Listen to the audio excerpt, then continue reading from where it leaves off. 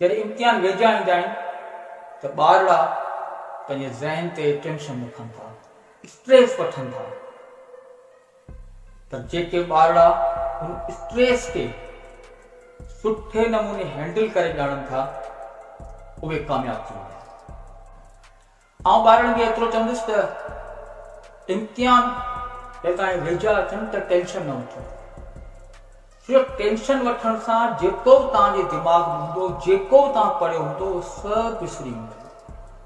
ऐं टेंशन वठण सां न सिलेबस घटि थींदो, न तव्हांजूं मार्कूं वधंदियूं। जीअं तव्हांजा इम्तिहान वेझा अचनि, तव्हां कुझु अरसे लाइ टीवी, मीडिया, सोशल मीडिया खां परे थी वञो। टाइम पास न करियो, टाइम जो सुठो इस्तेमालु करो। पंहिंजे पढ़ण जो टाइम ॾियो। ज़िंदगी कामयाबी इन शइ में न त तव्हां सॼो ॾींहुं वीडियो गेम कुंदा रहो, टीवी ॾिसंदा रहो, सोशल मीडिया सां राब्ते में रहो। इन सां तव्हां ज़िंदगी में कॾहिं बि कामयाबी हासिल न करे सघंदा।